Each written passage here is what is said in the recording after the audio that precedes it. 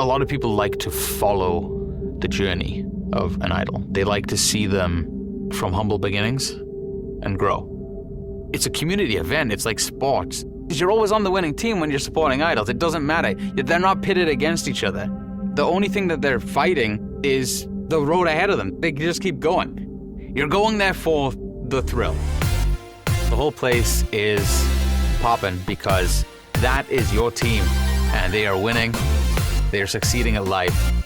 So when you support an idol, you're really living out something that you couldn't be doing yourself.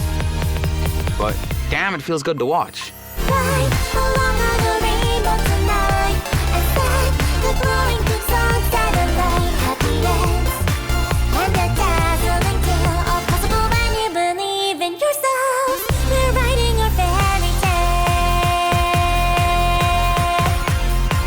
I honestly think she's the best idol in America. She's definitely one of the idols that I really look up to. She puts in so much effort to all her performances. Phoebe is one of a very, very short list of soloists who both have what it takes and are putting the time and effort and grind in to pull it off. Who's the bee causing all the buzz? Around and sit down. Not a better time than a time like this. Twist to the beat, then it's sweet like honey trickling slowly down my list. Life is way too short, there's so much better, my beautiful life. I've got time to enjoy it all. Rest my wings until the fire comes. All the flames of my passion never fail to burn. It's a wildfire through the smoke, I gotta learn. If I take all this burn out, then it's all at stake. Gotta create more breaks, so I'm gonna make.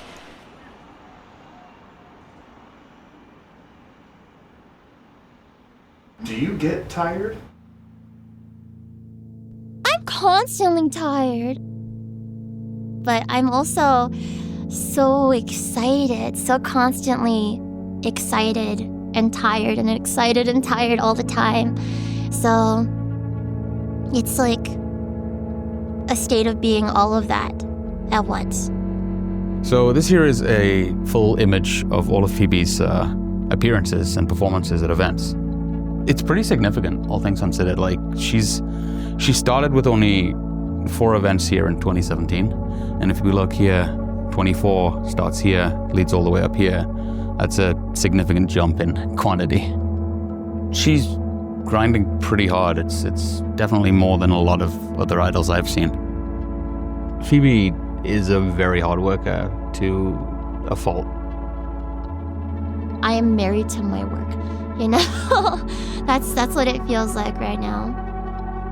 But I really want to be able to live in the moment more.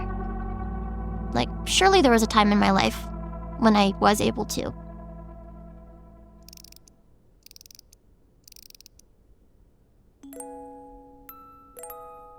I am a second-generation weeaboo. Someone that enjoys Japanese pop culture, whether it's anime stuff. I know it's mainly attributed to anime, but my parents are just nerds in general. They, before I was even born, were going to conventions every year. So when I was in the womb, apparently, they took me to San Diego Comic-Con. And so I technically have been going since before I was born. Each of me and my siblings were apparently nursed while my mom played a different MMO. A World of Warcraft child and a EverQuest child. I was an Ultima Online child. I don't even know what that is, but I know that my mom and my dad played it when I was very, very small. They showed me anime, probably movies and shows that I should not have watched as a kid. So I was raised around all of this. I actually didn't come from a musical background at all, though. Like, my family themselves are not particularly creative. It's kind of random that I got into singing and music from a really young age, too. I remember when I was probably like 3 or 4 years old, I would gather all my stuffed animals together, put on like dress-up clothes, and ask my parents to like take out the home video camera and like take a video of me doing a concert. And then I would sing like whatever I was into at the time. My dad was a sports podcaster at one point. So he had his own microphone, and when he was upgrading his mic, he didn't need his old AT2020 anymore. He gave it to me and was like, you love singing these Japanese songs. How about you go on YouTube and you post videos of you singing it? So when I was 10, I went on YouTube and I posted my first cover. I remember it was New Year's Eve. It was really late at night, and I stayed up past midnight recording a cover of Sodayo from Macross Frontier.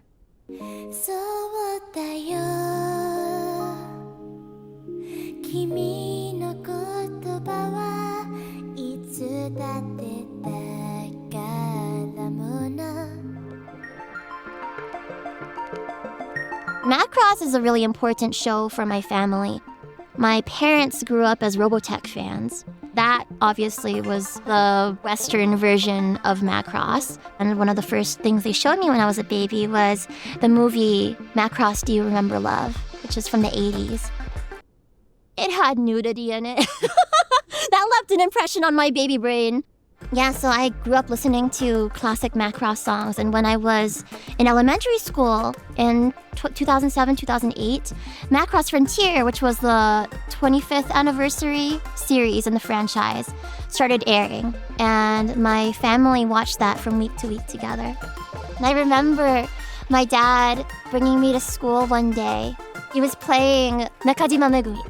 She's the voice actress, both speaking and singing voice for Ranka Lee in Macross Frontier. I just thought to myself, wow, this voice makes my heart tingle. What's playing? What's this song that's playing in the car? And my dad was like, oh, it's from the new Macross. Do you want to watch it with me? That's when we started watching it week to week together. Because I was just interested in this random song that played in the car on the way to school. And it became like a bonding thing for my family. I watched the show. It went from I like this girl's voice to I love this character. She's just me. There's so much about her. She's this shy girl that loves singing and idolizes this really bigger than life pop star named Cheryl.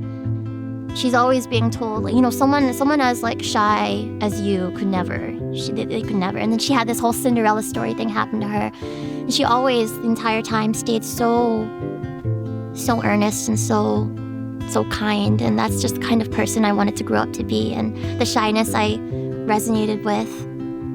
I've kind of been hyper-fixated on Ranka ever since then. It's been 16 years or something since Macross Frontier aired, and she's the one character I go and vehemently look for merch of at conventions, and I follow Megumi's solo career and stuff, and she's still my number one after all this time. I think the big thing that really got me going was I went to Super Dimension Con. At the time it was called Macross World Con. Macross Delta had just started airing, so I dressed up as one of the Macross Delta characters. I performed a comedy skit and then went into a singing performance of one of Ranka's iconic songs. I have all these feelings inside of me, new and old. Inside my room just waiting to burst out, and so I just had to sing. And it was not a good performance. It sucked. It sucked so bad. It really did.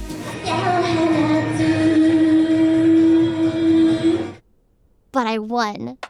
The crowd went crazy for the performance, and the judges said that they felt the passion, not just for the show, but for performing in general. And it left enough of an impression on them that I was crowned Miss Macross 2016.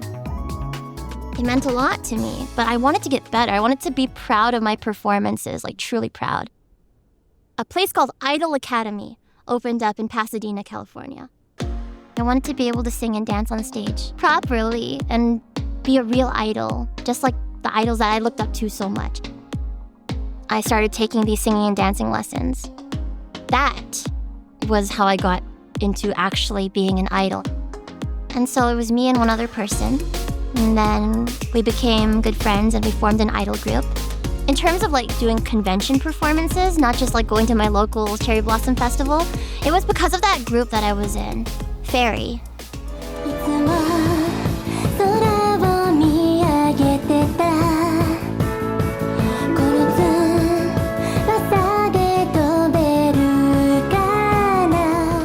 Our graduation performance from that academy was the halftime show at the Masquerade at Anime Los Angeles, which is big.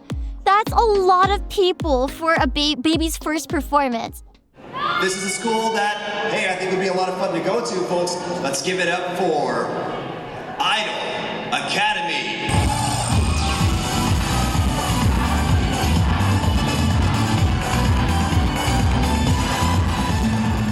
I mean, I was glad to not have to do it by myself. I'm glad that I had my partner in the group with me. They hadn't come out there to watch us necessarily because we were so new. That was our debut.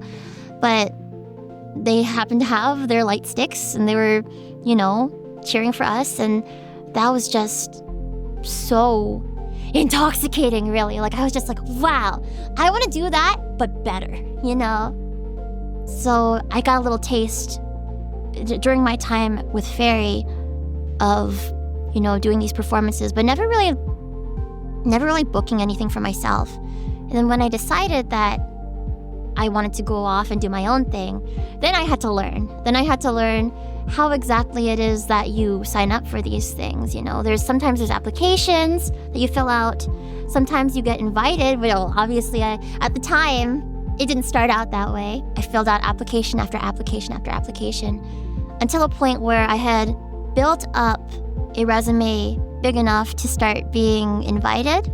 It really was building that presence up for myself. And I'm still trying. There's plenty of places that I would love to perform at that they just don't know who I am yet. And so I'm doing my very best. I had crowdfunded for my very first original solo EP. It's something I had been wanting to do for a really long time because I had original songs with this group that I was in, and that checked off one dream off of my list. I had stories I wanted to tell. I had messages I wanted to convey to my audience.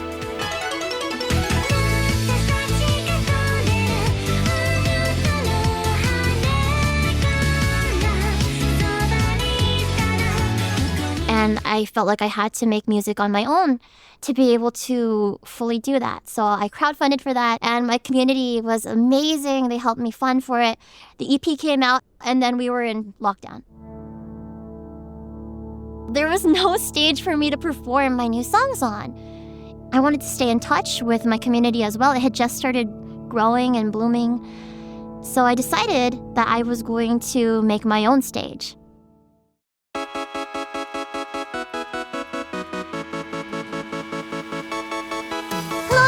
I am Phoebe, your 2.5D fairy tale idol. I missed you guys so much. How are you?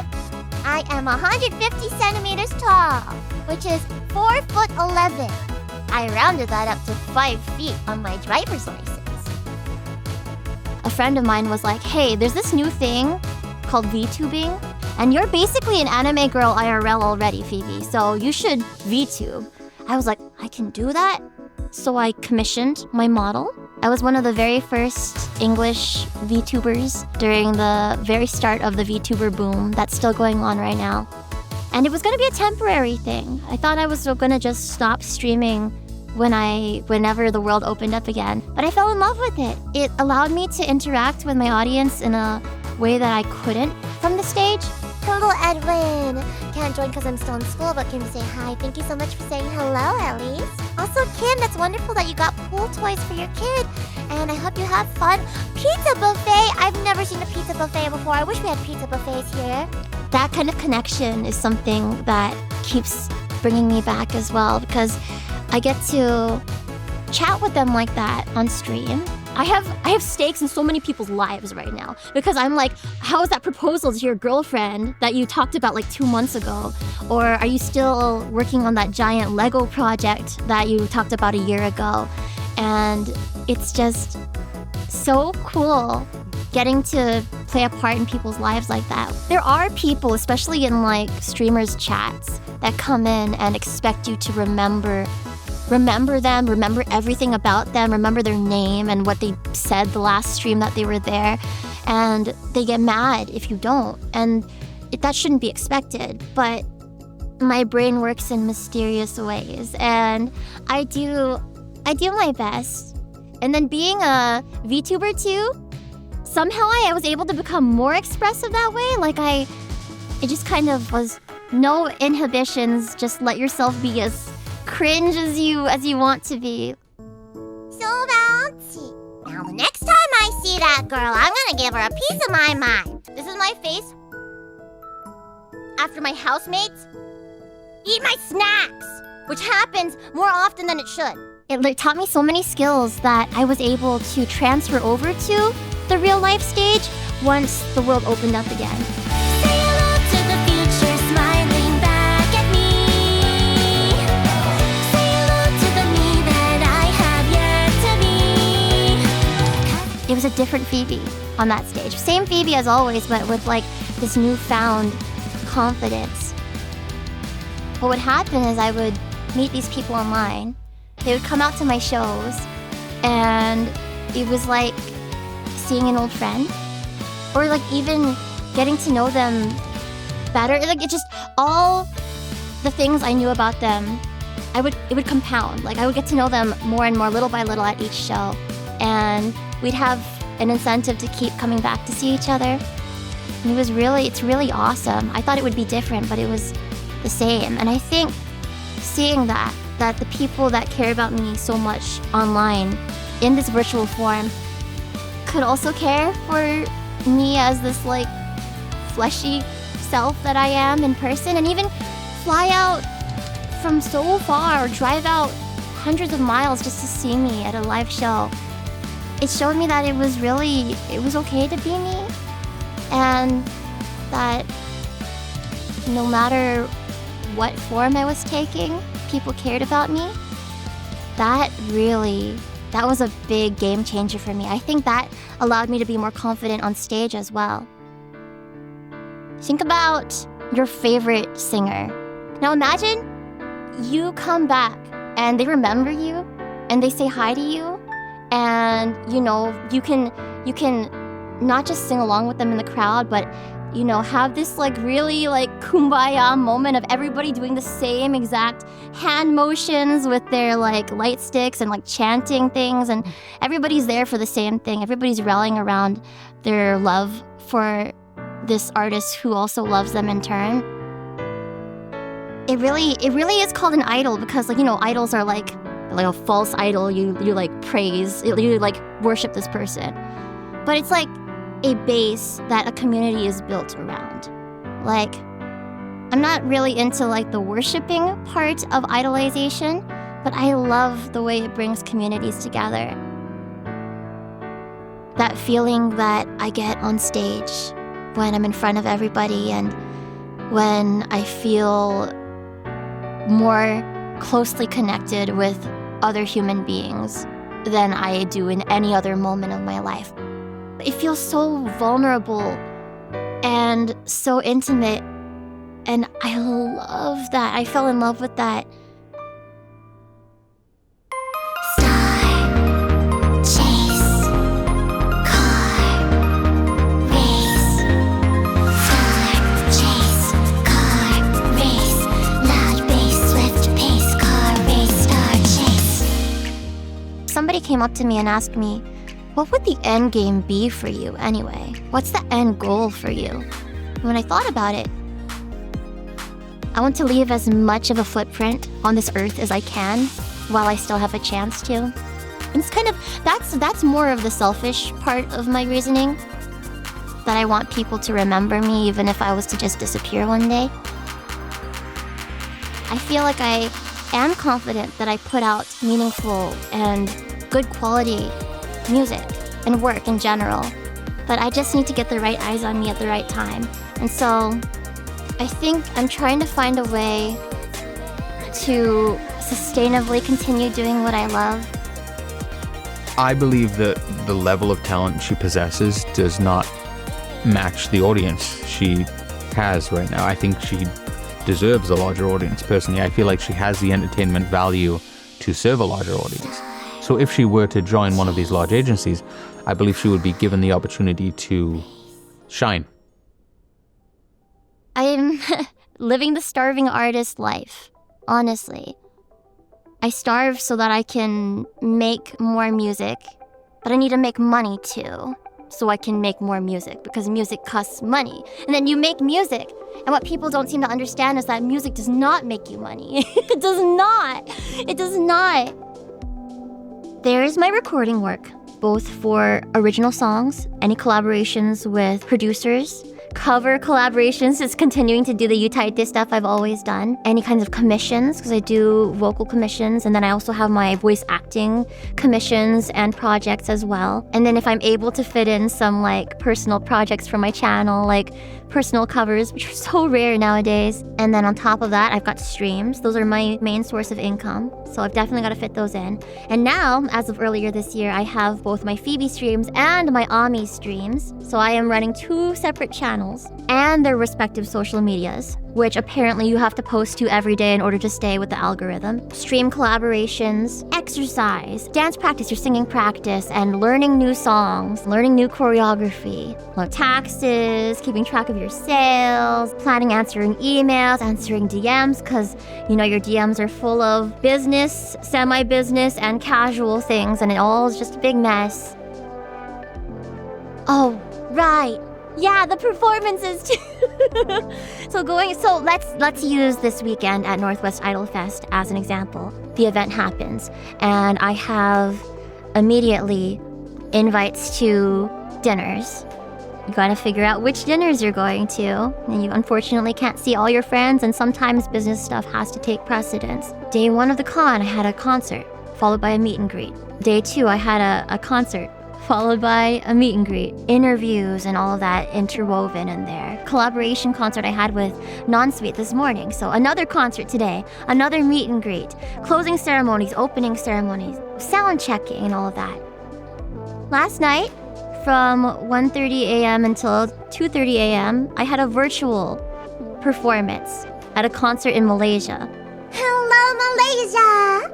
Or as my Phoebe Hive community says, Ohati! So, technically, I had 4 performances, 4-hour-long performances this weekend. So, I fit in a little 10-minute nap before the closing ceremonies today. And I am very tired. It's really difficult balancing all of it. Like, this really is my life. No, this is my everything. And that's both like a wonderful thing because that's what I'd always wanted. And also something that's so scary at the same time. This year, I think she's done more shows in a single year than any previous year. And many of these were unpaid appearances. Many of these she undertook travel costs herself. And that's unsustainable in the long term. Mentally, physically, financially, completely unsustainable. But I actually have gotten personal, like single-spaced, page-long letters from people of worry. Just being like, I know that you work hard and I know you're always trying to give so much of yourself to people and help them and make them smile, but like at what cost, Phoebe? There were many times where I basically saw her hurtling towards a disaster path, so to speak. Pretty much everything she does at full pelt. So she's always trying her very best to bring out the most that she possibly can, but that over a long enough period of time can have its detriments. There's some kind of standard, if not perfection, then something akin to it that I'm holding myself to.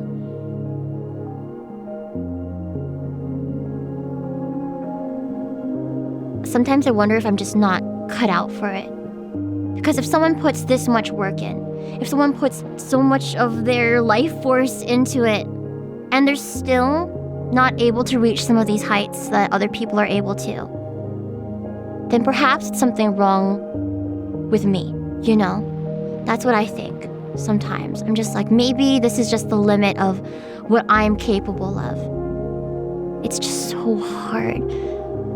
Especially not knowing what people want me to be. And what do I want me to be? I want to be what other people want me to be, but like what do they want me to be? And then if I become that, am I gonna be happy? Will then I be satisfied? Will I be like, oh yes, I've made it because I'm exactly what people want me to be? How will I know? And what is it anyway? But I've been doing a lot of thinking about where I can go with that, you know? You can get so lost in your own world, especially in entertainment. There's been a long period of burnout for Phoebe, but I think that she's currently working on making steps to get out of it. I've become more forgiving with myself in some ways. It's just going to be a long journey, I think, especially now realizing that I pushed myself to a really unhealthy point. Yes, I can have these big lofty dreams of just being, whatever, the biggest idol that I can possibly become. But there's got to be something a little more tangible and a little bit more grounded, I think. Because if I don't become this, ultimate idol that I want to become, does that discredit all the other things that I've done, or all the other hearts I've already touched? Does it discredit it if I don't make it to this nebulous finish line? Because I can't keep asking myself those unanswerable questions of, what do people want me to be? When will I know that I have become what people want me to be? When will I know that I've made it, you know? I need to stop asking myself those things and start asking myself, how can I do it in a way where I'm happy? How can I do it in a way where I'm healthy? I think bringing on a manager, this manager in particular, hopefully will help with that. By making plans to keep on top of that, to pace things better, to choose events that respect your needs and care about your needs and are attentive to those needs, you mitigate the risk of running yourself ragged. And that's kind of what I'm hoping we can go for now.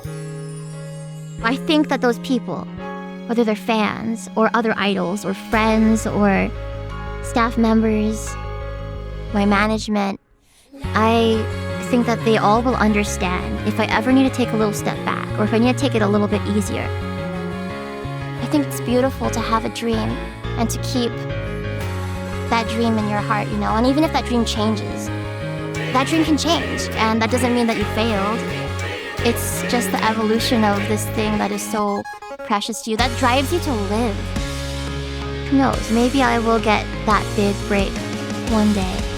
Regardless, when that happens, I want to be at a point where I can take on all those cool opportunities head on without worrying about overwhelming myself. I want to really just live my life happily. Maybe I don't need to think about that happy ending so much anymore. I think there's a lot of really, really nice things happening in the present as well. I want to take care of that me right now. Not just the me at the very end of the story.